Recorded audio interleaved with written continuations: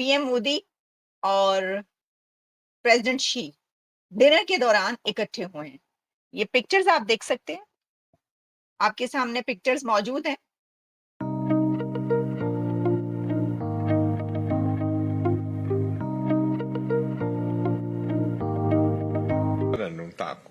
Mr. Prime Minister, it's my great pleasure to meet you. People of the region and for the people of the world for global peace.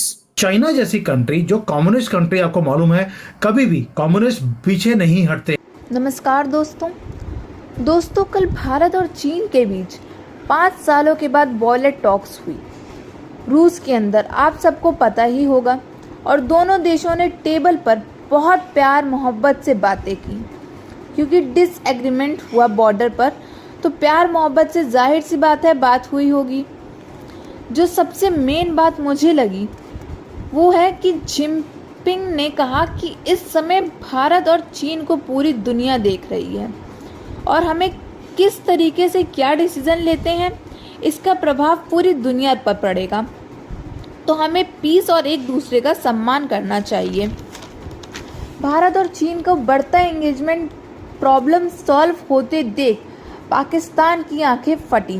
Pakistan चल रहा है, अगर चीन के साथ solve हो गया तो फिर तो हमारा क्या होगा, हम अकेले पड़ जाएंगे।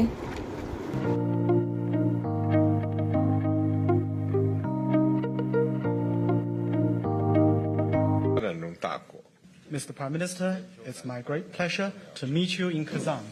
वो Xi Jinping, premier Xi Jinping, China के प्रीमियर शी जिनपिंग और इंडियन प्राइम मिनिस्टर मोदी के दरमियान 1-on-1 यानी बायलैटरल मुलाकात। अगर चाइना और इंडिया के मसले सॉल्व हो जाते हैं, ठीक है, better for the Indians, but Americans are looking it very carefully. और उसके नतीजे में क्या ये 2020 में जो चाइना और इंडिया के दरमियान हुआ, जो आज उनकी तरफ से बात हुई है कि उसमें मामला तय पाके, हमारा इंडिया के साथ किसी भी फोरम के ऊपर हमारी कन्वर्सेशन नहीं होती। कि रशिया ने ये कहा है कि अगला इलेक्शन अमेरिका का दुनिया की शक्ल नहीं आगे की तय करेगा, ये ब्रिक्स की समिट तय करेगी। और अगर हम आर्मी पेट्रोलिंग की बात करें तो बिल्कुल आर्मी पेट्रोलिंग के ऊपर भी एग्रीमेंट हो चुका। बैक टू पीएम मोदी और प्रेसिडेंट शी डिनर के दौरान इकट्ठे हुए हैं। ये पिक्चर्स आप देख सकते हैं, आपके सामने पिक्चर्स मौजूद हैं। ये मैं आपको इस वक्त दिखाऊंगी कि ये हमें पिक्चर्स क्या बता रही है। ये देख रहे हैं ना आप, प्रेसिडेंट पुतिन को बीच में आप ये जो देख रहे हैं वो इशारा कर रहे हैं। ऐसा लगता है कि ये उन कंट्रीज की तरफ इशारा कर रहे हैं कि जो जो जिनको बड़ा इस वक्त प्रॉब्लम हुआ, अंदाजा कर सकते हैं कि वहां पर क्या हो रहा है। और ये देखिए, ये अब ये पीएम मोदी किसी तरफ इशारा कर रहे हैं, वो उनको कुछ दिखाने की कोशिश कर रहे हैं। तो लेकिन ये देखिए, हुआ ये कि जब डिनर हुआ तो ये तमाम लोग इकट्ठे थे और इस डिनर में एक बहुत इंटरेस्टिंग, अब जो मैं आपको तस्वीर दिखाने लगी ना, बहुत इंटरेस्टिंग तस्वीर है, बहुत अच्छी उसमें ये पता चलता है कि वहां पे क्या सिनेरियो था। ये देखिए, डिप्लोमेटिक था और ये बहुत ज़रूरी समझते थे चाइनीज़ की बायलैटरल मीटिंग हो शी जिनपिंग के साथ, इसलिए ये जल्दी जल्दी से अनाउंसमेंट करो और ये लाइन ऑफ एक्चुअल कंट्रोल पे थोड़ा सा इजी कर दो मामला, और 2020 के पेट्रोलिंग पॉइंट। एक्चुअली जो 2010 के बाद से जो चाइनीज़ पॉपुलेशन ग्रोथ में जो एक स्लो डाउन तो उसकी एक बहुत बड़ा, actually that is a very big factor. दुनिया की सबसे दूसरी सबसे बड़ी मईशत अपनी रफ्तार आहिस्ता आहिस्ता खो रही। उनकी कुछ समिट हो रही है एनडीटीवी की गालिबन, तो वहाँ पर उन्होंने कहा कि जो ये मामलात हैं, यानी बैक टू ये 28वीं बैक टू 2020 पेट्रोलिंग पे हम जा रहे हैं। अब इंडिया के साथ जो मैं बात कर रहा था, इंडिया और चाइना इतने ज़्यादा बायलैटरल फोरम्स में मिलते हैं कि उनको मुलाकात उनकी होती है। अब सुनने में आया कि डिसएंगेजमेंट हुई है। कई लोगों का कहना है कि 2020 साथ ले आया हूं।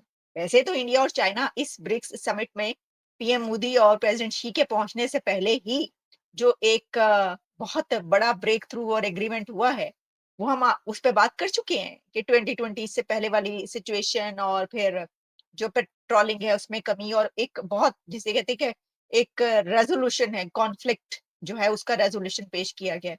और इस पे काफ़ी देर से ज़ाहिर है काम हो रहा होगा। होती चीज़ें ऐसी जब आपके सामने आती हैं तब पता चलता है, लेकिन मुझे ऐसे लगता है कि ये जो जिसे कहते हैं ना things are getting better for the Indians, but Americans are looking it very carefully. अगर चाइना और इंडिया के मसले सॉल्व हो जाते हैं, ठीक है, तो क्या चीज़ है, ज़ाहिर बात है अमेरिकन्स की परेशानी तो होगी।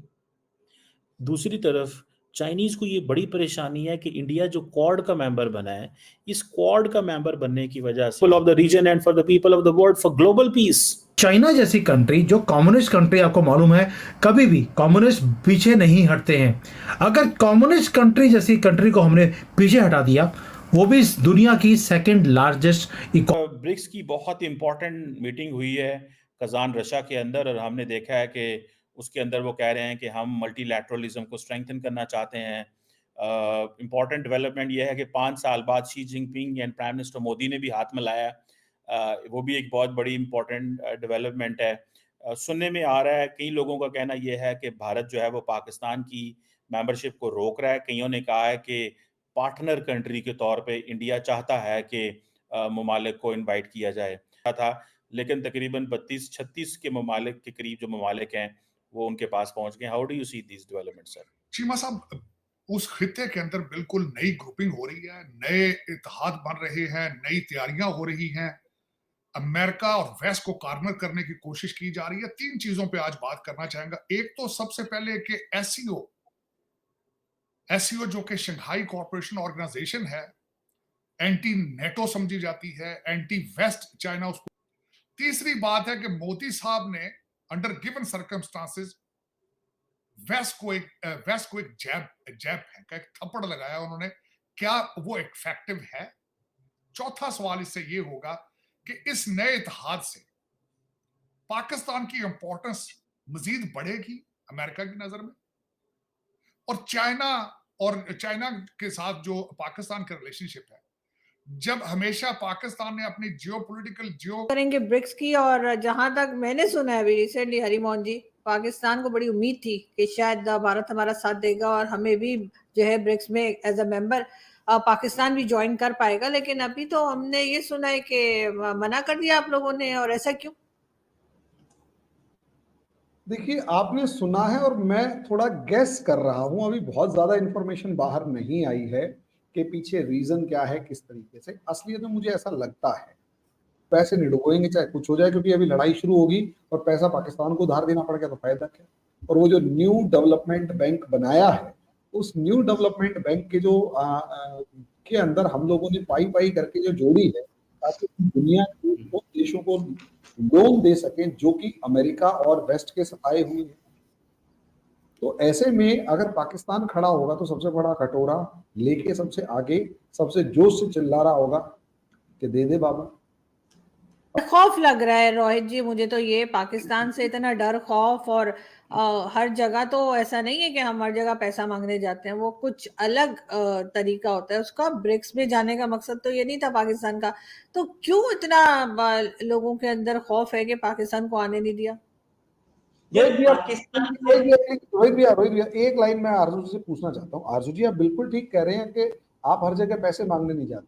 जैसे मुझे एक डायलॉग आप ही के शहबाज शरीफ का याद है, मेंबर्स ब्रिक्स में वो यूनानिमस हों, और इंडिया को और पाकिस्तान को दोनों को पता है यूनानिमसली पाकिस्तान नहीं आ सकता। मतलब चाइना ही घुसाएगा हो सकता है, और रशिया अगर इंडिया के खिलाफ बोल जाए इस समय तो रशिया को पता है टोटल डिवेस्टेशन इज देयर। तो इंडिया रशिया को बोलेगा, इंडिया खुद तो बोलेगा कि नहीं आना है, तो इंडिया रशिया को बोलेगा खुद नहीं आने देना।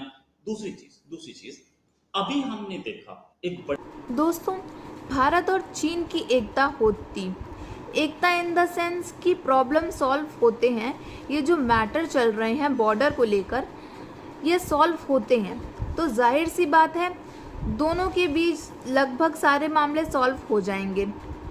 सबसे बड़ा झटका तो पाकिस्तान को लगेगा, क्योंकि पाकिस्तान हमेशा ना 2 फ्रंट की बात करता है। भारत भी उसके लिए तैयार रहता है, क्योंकि पाकिस्तान तैयार रहता है पहले चाइना हमला करे, भारत उधर बिजी हो जाएगा तो हम हमला कर देंगे। चाइना के साथ मसले ही हल हो जाएंगे तो फिर तो ये पाकिस्तान की ये वाली ट्रिक फेल हो जाएगी। तब फिर पाकिस्तान को सपोर्ट कौन करेगा टेररिज्म के लिए? तो भारत और चीन का ये मैटर सॉल्व होता है तो सबसे बड़ा झटका तो पाकिस्तान को लगने वाला है।